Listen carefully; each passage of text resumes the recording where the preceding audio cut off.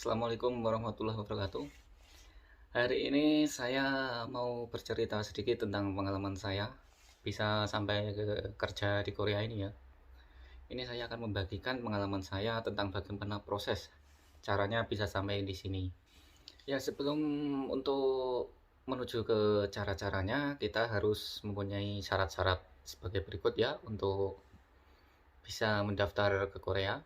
Syarat yang pertama, kita harus mempunyai ijazah. Ijazah itu minimal SLTP atau yang sederajat.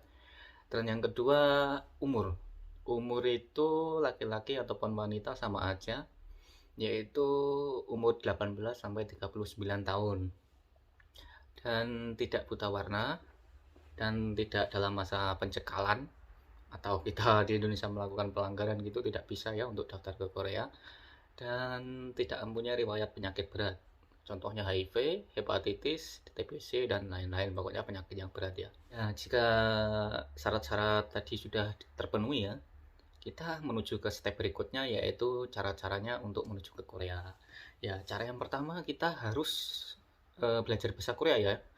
Belajar bahasa Korea itu bisa melewati dua jalur. Satu jalur mandiri, yang kedua adalah jalur melewati LPK. Kalau menurut saya sih lebih baik lewat LPK ya. Karena kalau lewat LPK itu kita bisa dibimbing. Pokoknya sampai lulus ujian lah. Sampai lulus ujian itu kita bisa dibimbing. Jadi kita nggak ribet, nggak repot gitu. Kalau teman-teman ada yang minat untuk jalur mandiri itu memang juga bisa. Tapi ribet kita nanti, kita repot nanti ya. Pokoknya sulit lah kalau jalur mandiri. Nah, kalau lewat LPK, nanti kita diarah-arahin sama LPK-nya. Waktunya kita mengambil pendaftaran ujian, waktunya kita ujian, nanti diberitahu sama LPK-nya gitu. Kalau kita jalur mandiri, kita browsing sendiri, browsing sendiri, browsing terus, ya, mumet kita. Ya, untuk teman-teman yang melalui jalur LPK ya, itu harus hati-hati dalam memilih LPK ya, karena tidak sedikit juga LPK itu yang nakal. Jadinya teman-teman harus menanyakan secara rinci berapa biayanya gitu ya. Jadi teman-teman itu nggak menyesal nanti di akhirnya gitu. Karena gimana ya, biasanya ada juga LPK itu yang nakal. Nanti di depannya ngomong biayanya cuma segini-segini gitu, tapi di belakangnya wah banyak gitu kan gitu. Banyak pengalaman teman-teman saya itu juga begitu. Makanya teman-teman kalau mau daftar ke LPK itu harus hati-hati juga.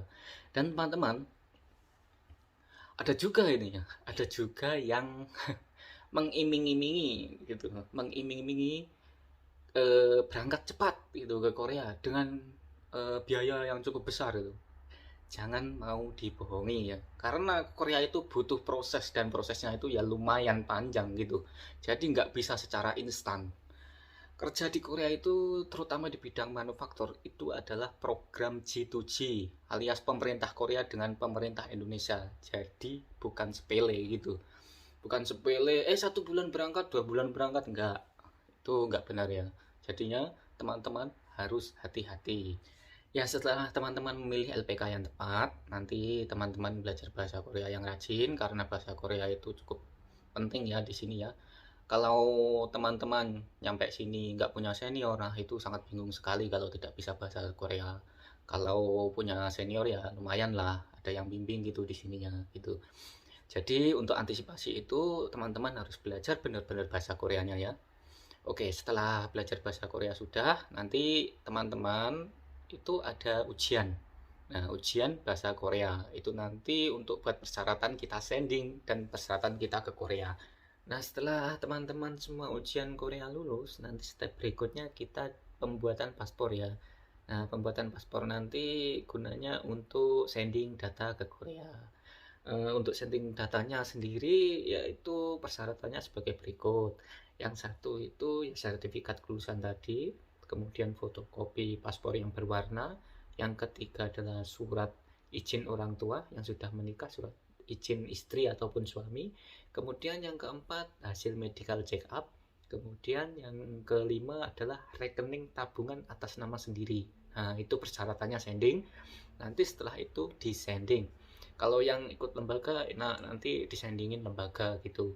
Nah, setelah kita sending, nanti kita bisa mengakses ya, hasil sending itu tadi udah diterima pihak Korea apa belum, atau masih nyangkut atau gimana, nanti kita bisa mengakses di sini. Oke teman-teman, untuk mengecek data kita masuk ke Google Chrome. Terus kita cari situs eps.go.kr. Selanjutnya kita masuk. Sebentar, kita ganti dulu bahasanya ke Indonesia. Oh iya, saya lupa. Untuk buat ID itu biasanya dibuatkan lembaga.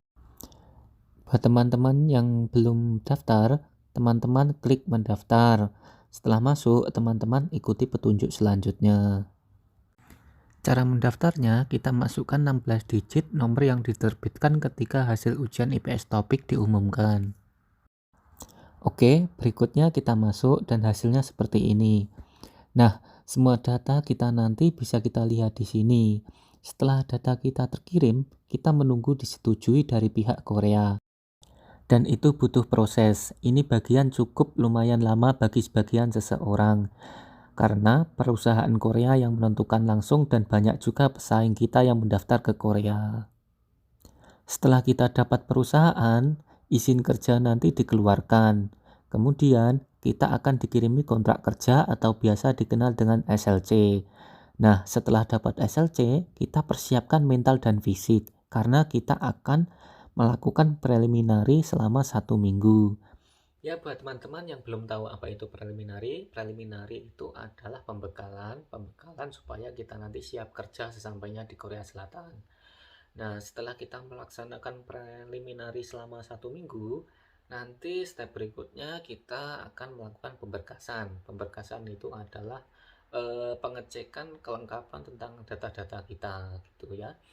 Oke, setelah itu semua sudah terpenuhi, nanti kita akan proses penerbangan ke Korea gitu. Nah, itu tadi teman-teman. Gimana? Teman-teman jangan menyerah ya. Mudah kok prosesnya ke Korea itu. Semoga teman-teman tetap semangat, belajar yang rajin dan sampai di Korea Selatan. Ya itu tadi teman-teman, cara bagaimana bisa bekerja di Korea Selatan. Semoga video saya tadi bisa bermanfaat buat teman-teman semua. Jangan lupa klik like dan subscribe ya teman-teman. Salam pejuang Won, semoga sehat selalu dan cepat berangkat ke Korea.